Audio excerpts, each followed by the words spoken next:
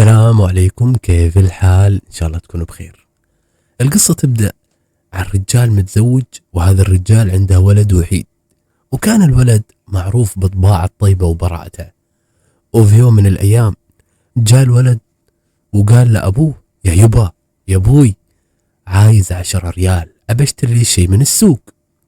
فرد الأب وقال له: يا وليدي، ترى ما عندي فكة، بس خذ هال100 ريال وروح فكها ورجع لي الباقي.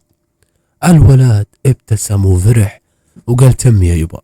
الولد أخذ 100 ريال وراح للسوق يدور من يفكها له. سأل محل ورا محل ورا بياع، بس ما حد عنده فكة، لين وصل للرجل الأعمى جالس على الأرض في زاوية السوق، والأعمى جالس وماسك عصاته ويسأل الناس: يا جماعة الخير، من يعطيني لله يا جماعة الخير؟ راح له الولد وقال: يا عم، عندك فكة 100 ريال؟ الأعمى رفع راسه وقال: وش تقول يا وليدي؟ قال: أقول لك عندك فكة 100 ريال. فقال له الأعمى بكل هدوء: إيه عندي، عطه لي. فمد الولد يده وأعطاه الورقة. أخذها الأعمى وجمها، وبعدها كذا طول ورقة 100 ريال ودفنها في جيب داخلي تحت ثيابه وسكت. الولد وقف شوي وقال له: يا عم، وين فكة 100؟ أنا معطيك 100، اتخردها لي.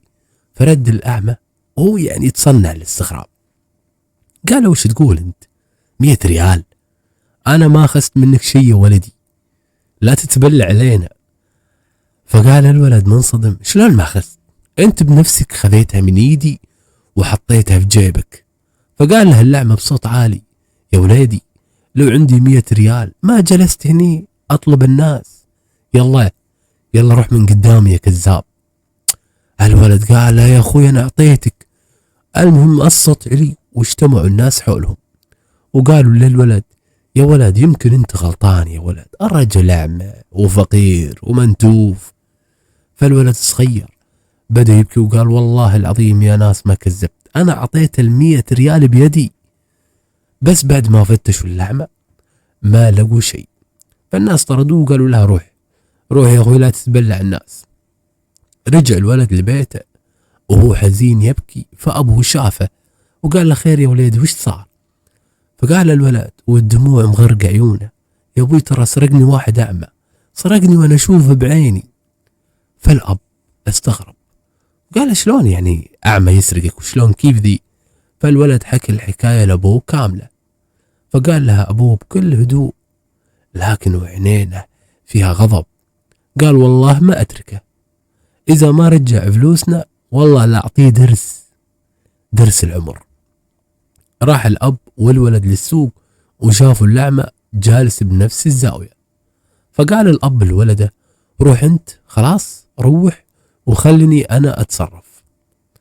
قعد الأب يراقب الأعمى لين قرب وقت المغرب، والأعمى قام وراح يم المسجد، والأب من وراء يلحقه.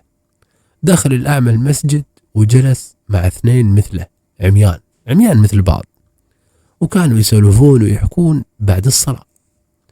فقال الأول: أنا اليوم جمعت 3 ريال.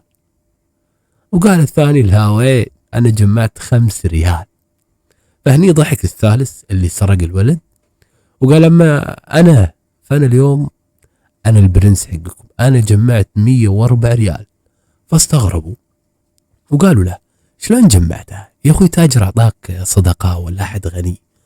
فقال: لا، ترى اليوم أنا ضحكت على ولد صغير فأخذت منه 100 ريال.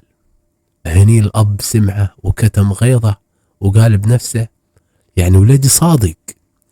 فصار الأب يراقب الأعمى لما رجع بيته، ودخل الأعمى بيته فشافه يحفر في حفرة تحت الحصير اللي يرقد عليه، وطلع من هذه الحفرة وعاء فخار، إناء يعني حط فيه الفلوس ودفنوا ثاني مرة.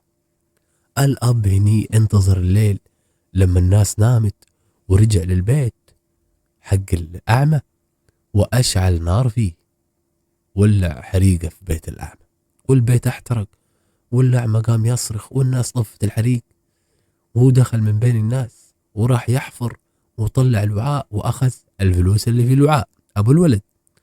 لكن لما راح الأعمى يدور على وعاء الفلوس ما لقى شيء، قاعد يصرخ وينهار ويصيح: راحت فلوسي، راح شقى عمري، يا رب يا الله، هذا عقاب 100 ريال اللي اخذتها من الولد الصغير.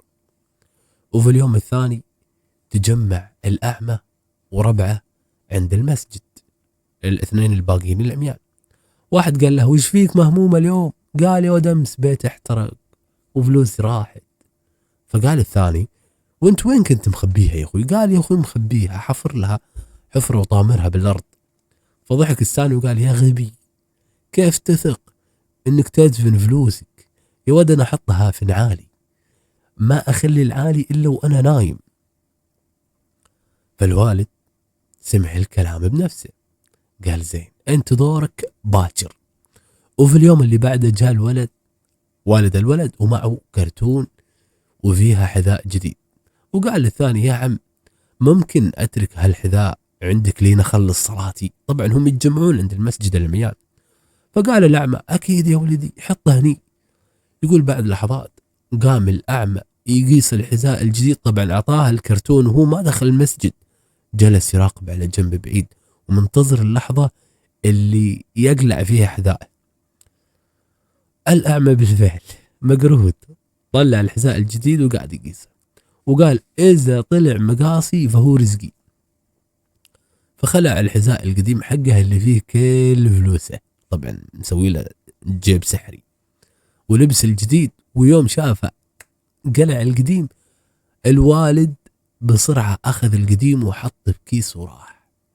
بعد الصلاة الأعمى مد يده يدور على حذاء القديم، ما لقاه.